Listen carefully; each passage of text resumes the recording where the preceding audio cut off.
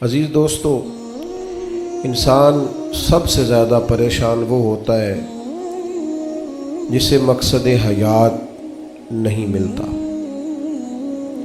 جسے پتہ ہی نہیں ہوتا میں کیوں آیا ہوں، کس لیے آیا ہوں، کس کا بھیجا ہوا آیا ہوں۔ وہ سب سے زیادہ آزمائش میں ہوتا ہے، اور جن کو معرفت الہی نصیب ہو جاتی ہے اپنے مالک کا پتہ جاننے لگتے ہیں، محسوس کرتے ہیں کہ مجھے کسی مقصد کے لیے بھیجا گیا ہے، وہ آسودہ زندگی گزارتے ہیں، قلبی اطمینان اور انشراح صدر اللہ انہیں عطا کرتا ہے۔ اللہ تبارک و تعالیٰ نے جب اپنے بندوں کی آزمائش کو دیکھا کہ وہ ڈھونڈتے پھرتے ہیں کہ ہم کیوں آئے، کس لیے آئے، کیوں بھیجے گئے، اللہ تعالیٰ نے انبیاء کرام علیہم السلام کا سلسلہ شروع فرمایا، اور پھر اس سلسلے کو بام عروج دیا اور اپنے پیارے حبیب علیہ السلام کو دنیا میں مبعوث فرمایا، اور فرمایا یا ایھا الناس قد جاءکم برہان من ربکم، اے لوگو یہ جو میرے نبی پاک علیہ السلام تمہارے پاس آئے ہیں تو یہ رب کی دلیل بن کر آئے، یعنی حضور سید عالم صلی اللہ تعالی علیہ وسلم کا وجود اطہر، کردار مبارک، آپ کا تبلیغ و ارشاد، آپ کا دعوت دین، یہ سب اس بات کی دلیل ہے کہ نبی پاک علیہ السلام اللہ کے سچے رسول بن کر دنیا میں تشریف لائے۔ ہم جب دنیا کے اندر نکلتے ہیں تو ہم دیکھتے ہیں کہ بڑے بڑے سمجھدار لوگ ہیں لیکن گمراہی کی زندگی گزار رہے ہیں۔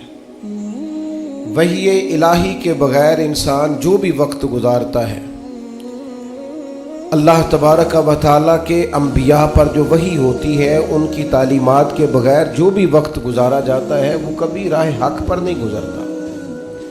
اللہ نے احسان فرمایا اور فرمایا میں نے اپنی دلیل بھیجی ہے تمہیں اپنے محبوب عطا فرمائے۔ نبی پاک علیہ السلام کا ظاہری وجود بھی سارا اس بات کی دلیل ہے کہ حضور اللہ کے رسول ہے۔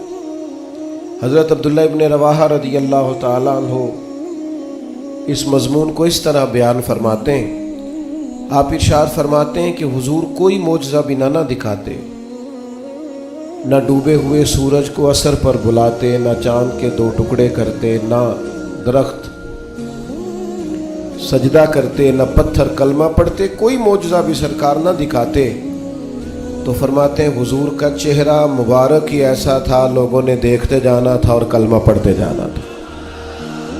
اللہ تعالیٰ نے حضور کے وجود نور کو اس طرح کا بنایا۔ پھر حضور علیہ السلام کو کچھ خاصیات جو محبوب پاک علیہ السلام کے فضائل، شمائل اور خصائل کو بیان کرتی ہیں، وہ بدرجہ اتم اللہ تعالیٰ نے محبوب کو عطا فرمائی۔ مثلا ایک حضور کی شان یہ ہے کہ نبی پاک امی ہے۔ امی کا معنی یہ ہے کہ حضور نے دنیا میں کسی استاد سے آ کے پڑھا نہیں، حضور سید عالم علیہ السلام کسی مکتب میں نہیں گئے۔ آپ کبھی ان لوگوں سے ملاقات کریں جو دنیا میں جنہوں نے پڑھا لکھا نہیں، وہ بڑے سیانے بھی ہوں نا کبھی اور بڑے معاملہ فہم بھی ہوں، تو پھر بھی اپنے جملوں اور اپنے لفظوں پر اس طرح کنٹرول نہیں کر پاتے جو ایک پڑھا لکھا آدمی کر سکتا ہے۔